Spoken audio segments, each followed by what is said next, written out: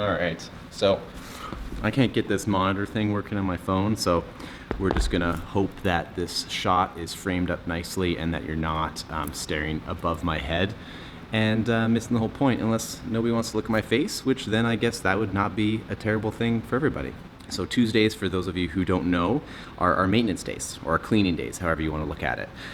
Which essentially is just, we go around the entire shop, not only in the float room, so the float rooms themselves, we clean everything from walls, floors, inside the tank, outside the tank. We do filters, we replace pretty much anything and everything that we can on a regular basis, just to make sure that that everything is top notch. Because as much as we love your floating experience, a big piece of your floating experience is your health and safety and comfort to do with your experience, which then ties into you being able to actually relax and do your thing.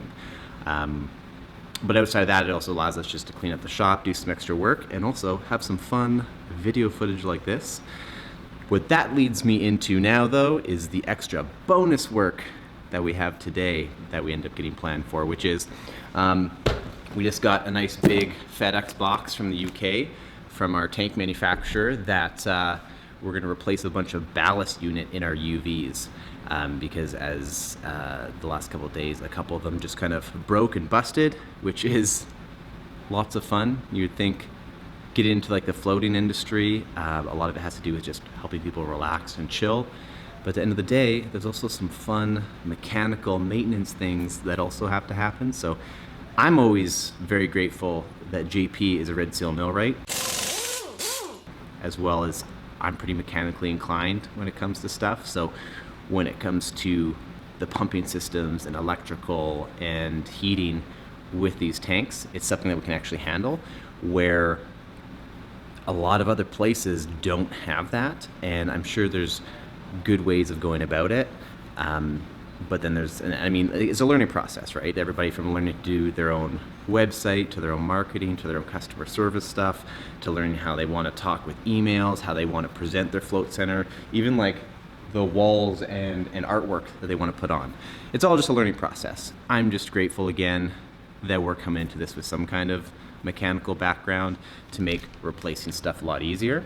And what we're actually replacing are these little guys. And so without going into crazy detail, because I think we'll just make another, very functional, detailed video for anybody that's interested, for how the whole hygiene or hygienic process works with our filtration system. And I think we'll just end up doing a full video just on the specifics of that. All you need to know for this, though, is this what allows us to run our UV system to keep the water nice and fresh, nice and clean and fresh. So anyways, we'll throw in some clips of, which I'm sure will be more than hilarious, of JP wiring these bad boys up and then installing them. So we'll see what it is. But essentially this is what we call bonus work on our maintenance days. So stay tuned. We'll hit you up with some other random clips and adventures. Hello everybody.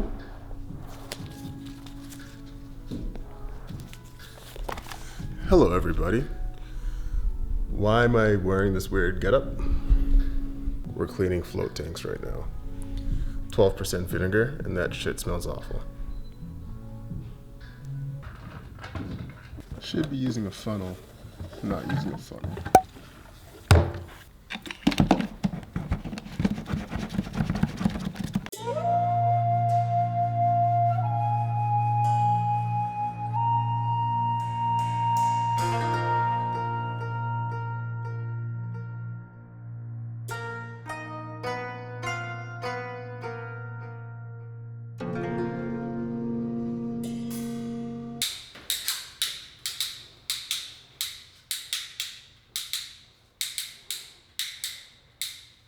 There's a lot of settings. It's the pros and cons of getting into a new industry that nobody knows what the hell they're doing with.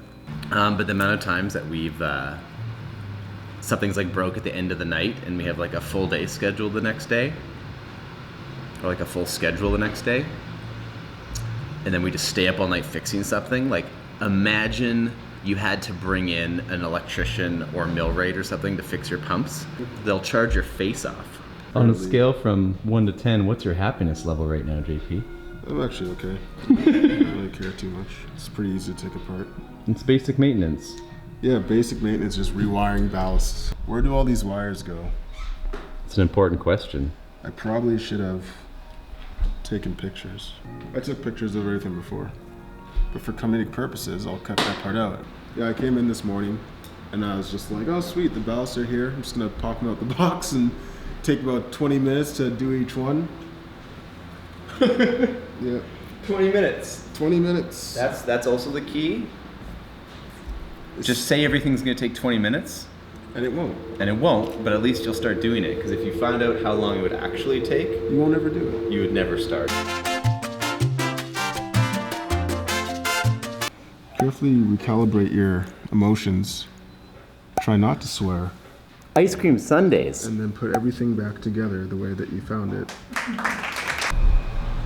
Look at these little lines everywhere. Like right here. Whoop. Is there any way to do anything with these lines when we're recording stuff in the back? Huh? Is there anything to do with these that we can do with these lines? Be down to like 40, I think, and they go away. Look at that, they're almost gone now. Well, that makes a better solution than all the crap video I've just been taking. Yeah. Minimum lines, I like it. Less lines are the better.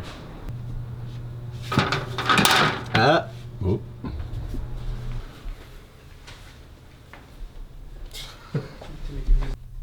Well, at least it fell through this time. I just can't see where the hell it went. Which is important when finding things. Which is pretty important when finding things. I actually think it fell underneath the pan. Oh, let's do that one first. Maybe that's why this one doesn't work. Does that kind of line up with the whole, floating, being present? No. No!